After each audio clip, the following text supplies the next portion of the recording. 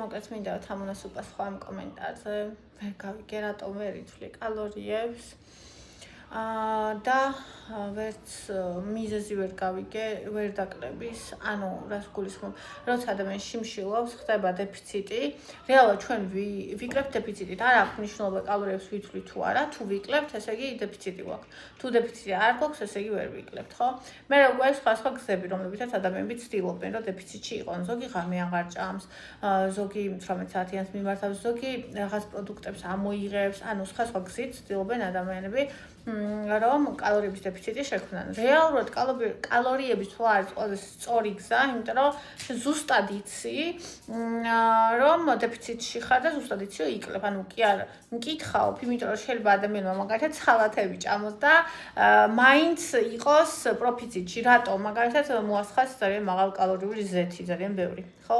და არ იცოდეს ამის შესახებ. შესაბამისად, კალორიებში გარკვევა ყველა ვარიანტში აუცილებელია და იმის ცოდნაც, რომ ჩვენ ადამიანები თუ ვიკლებთ მარტო დეფიციტის დროს. ხო, რაც შეეხება შიმშილს, თუ ადამიანი შიმშილობს, დეფიციტი იქმნება და შესაბამისად ხდება კლება, მაგრამ იმიტომ ვერ იკლებენ ხოლმე დეფიციტის დროს ადამიანები, რომ ერთი ანგონიათ რომ შიმშილობენ და სინამდვილეში კალორიებს შეიძლება ძალიან ცოტა შეჭამენ, მაგრამ კალორიებს მაინც ზედმეტს იღებენ, ისევ პროფიციტია, ან მაგალითად რაღაც პერიოდი სანამ გაძლებს ადამიანი შიმშილობს და მერე რომ ვეღარ ძლებს და არ ღვევს და ყველაფერს ერთად ჭამს, როცა ყველაფერს ერთად ჭამს ადამიანი, მაშინაც ისევ და ისევ პროფიციტია, ანუ ზედმეტი ოდენობის კალორიებს იღებს, ანუ არათუ კლება არ ხდება, ხშირად ხდება მატება.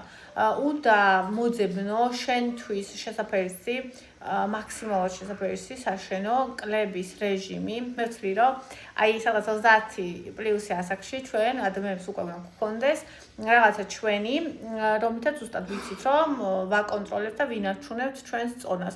ეს ყველასთვის არის სხვა რაღაცა კიდევ იმეორებ, ვიღაცთვის ღამე არ ჭამა, ვიღაცისთვის 18 საათიანია, ვიღაცისთვის ვეგეტარიანელობა, ვიღაცისთვის ის არის კარნევორია თუ კარნევორია, ანუ მარტო ხორცს რო ჭამენ მაგას გულისხმობ და ასე შემდეგ და ასე შემდეგ. ანუ უბრალოდ უნდა მოსინჯო ძალიან ბევრი გზა და რომელიც ჩვენზე იმუშავებს, იმას უნდა მიყვე. და საბაზისოდ უნდა გაიცნო კიდე რა თქმა უნდა, რომელი პროდუქტი როგორ მოქმედებს ჩვენს ორგანიზმზე და როგორ ხდება საერთოდ წონაში კლება. რა ადამიანს უკვე წარმოდგენა გქონდეს ამის შესახებ. და მთავარია მონდომება, მთავარია არ დანებება, შეიძლება დღეს არ გამოგივიდეს, ხვალ არ გამოგივიდეს, TikTok-ზე ახლა ძალიან კაი ვიდეოები, ანუ 1000 მცდელობა, რომელიც არ გამოვიდა და 1000 მეერთე და ამ 1000 მეერთეზე ადამიანი არის ხოლმე უკვე სასურველ წონაზე. ამიტომ არ დანებდე, ეძებე და აუცილებლად იპოვე გზას, რომელთაც შენ